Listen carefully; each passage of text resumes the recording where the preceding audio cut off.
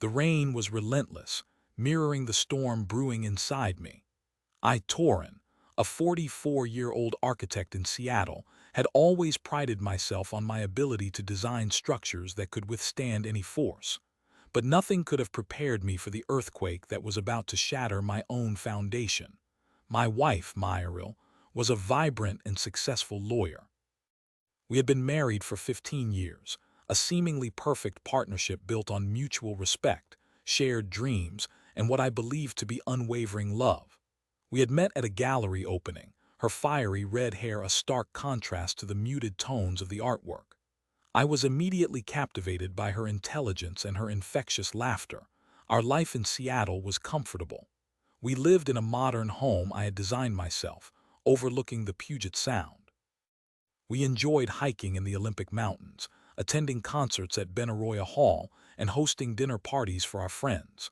Myril was always the life of the party, her wit and charm captivating everyone around her. But lately, something had shifted. Myril had become distant, preoccupied. Her late nights at the office were becoming more frequent, her explanations vague and evasive. I tried to dismiss my growing unease, attributing it to the pressures of her demanding career. I didn't want to be the jealous, insecure husband. I trusted her, or at least I thought I did. The first crack in our carefully constructed facade appeared innocently enough. Myril had left her laptop open on the kitchen counter. I wasn't snooping, I swear.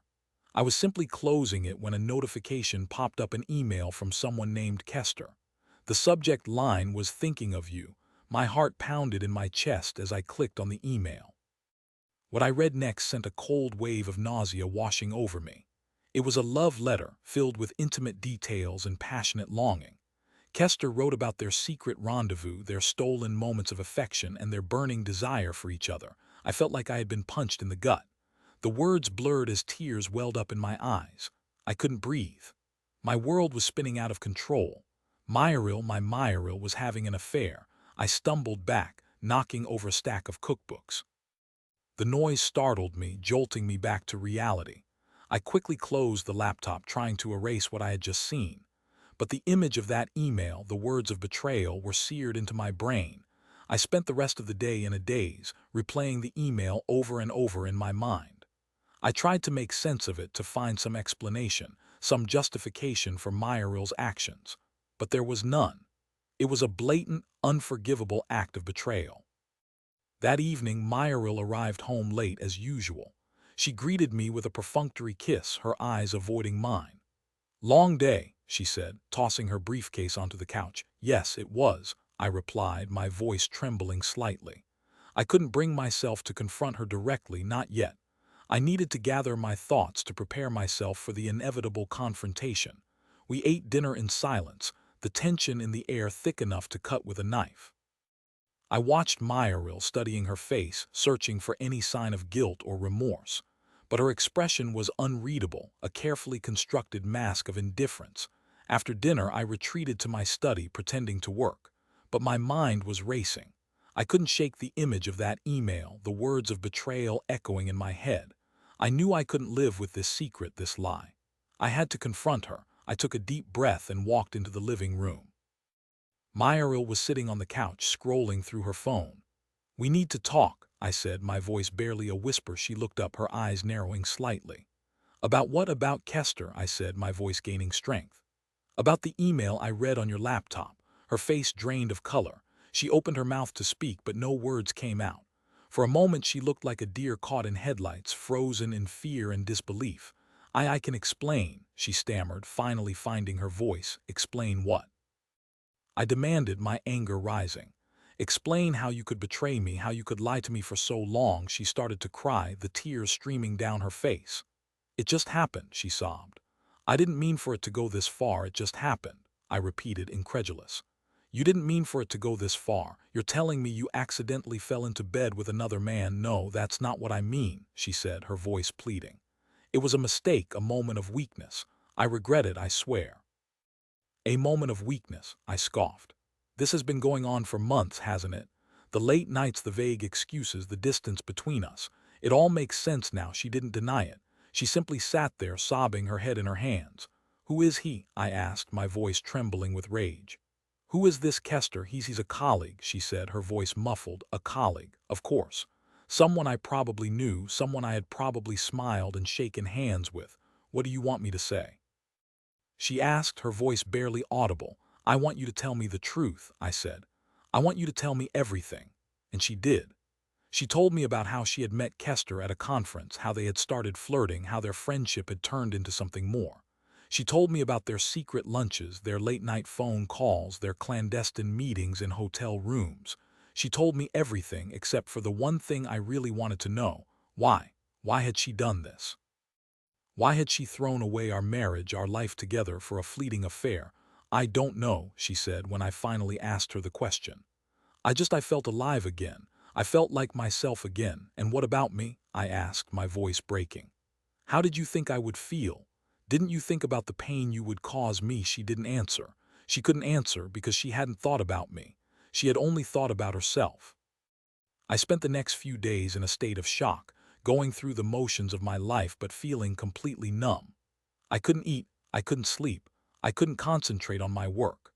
All I could think about was Myral's betrayal. I told her to leave, to move out of our house. I couldn't bear to be in the same room with her, to look at her face without feeling a surge of anger and disgust. She left without a fight, packing her belongings and disappearing into the night. I watched her go, feeling a strange mixture of relief and despair. I knew that our marriage was over, that there was no going back. But I also knew that I couldn't let her get away with this. I couldn't let her destroy my life and walk away without any consequences. So I decided to investigate. I hired a private investigator to dig into Kester's background, to find out who he really was and what his intentions were. What I discovered was shocking. Kester wasn't just a colleague. He was a serial adulterer, a man who preyed on vulnerable women, seducing them and then discarding them when he grew bored. He had a history of affairs, of broken marriages, of shattered lives. And Myral was just his latest victim. I felt a surge of anger not just at Myral but at Kester as well. He had manipulated her, taken advantage of her vulnerability, and destroyed our marriage in the process. I decided to confront him. I tracked him down to his office, a high-rise building in downtown Seattle. I stormed into his office, ignoring the protests of his secretary. Kester was sitting at his desk, talking on the phone. He looked up, startled, as I entered the room.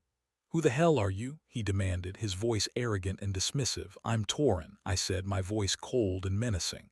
"Myral's husband." His face paled. He hung up the phone and stood up, his eyes darting around the room. "What do you want?" he asked, his voice trembling slightly. "I want you to stay away from my wife," I said. "I want you to leave her alone." "Your wife and I are over," he said, his voice regaining its composure. "She means nothing to me." "I don't believe you," I said. "I know what you are. I know about your history. You're a predator, a manipulator. You destroy people's lives for your own amusement." He laughed, a cold, cruel laugh. "And what are you going to do about it?" he asked. I didn't answer. I simply walked towards him, my fists clenched. He stepped back, his eyes widening in fear. "Don't come any closer," he said, his voice pleading. I didn't stop. I kept walking, my eyes fixed on his face. He knew that I was capable of anything, that I had nothing to lose. He turned and ran, scrambling out of his office and down the hallway. I chased after him, my anger fueling my every step. He ran into the elevator, slamming the door shut just as I reached it. I pounded on the door, screaming his name, but it was too late. The elevator doors closed and he was gone. I stood there, panting, my heart pounding in my chest. I had wanted to hurt him, to make him pay for what he had done. But I knew that violence wouldn't solve anything. It wouldn't bring back my marriage. It wouldn't erase the pain. So I decided to take a different approach. I contacted Kester's wife, Idala, and told her everything. I showed her the emails, the text messages, the evidence of his infidelity. She was devastated. She had no idea that her husband was having an affair. She had trusted him, loved him, and he had betrayed her in the worst possible way. Together, Idala and I decided to expose Kester. We contacted his employer, a prestigious law firm, and presented them with the evidence of his misconduct. The firm launched an investigation, and Kester was eventually fired. His reputation was ruined, his career in shambles. He had lost everything just like I had. But unlike me, he deserved it. Myril and I eventually divorced. It was a painful and bitter process, but I knew it was the only way. I couldn't forgive her. I couldn't forget what she had done. I moved out of our house in Seattle and bought a small cabin in the Cascade Mountains. I needed to escape, to find some peace and quiet to heal my broken heart. I spent my days hiking, fishing, and reading. I started painting again, something I hadn't done in years. I reconnected with old friends and made new ones. Slowly but surely, I started to rebuild my life.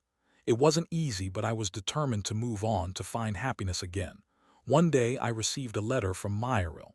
She apologized for what she had done, for the pain she had caused me. She said that she regretted her actions, that she wished she could take it all back. I didn't respond. I didn't know what to say. I couldn't forgive her, but I also didn't want to hold on to the anger and resentment forever. I realized that the only way to truly move on was to let go, to forgive her, not for her sake, but for my own. It took me a long time, but eventually I did. I forgave Myril and I forgave Kester. I forgave them for their betrayal, for their lies, for their selfishness.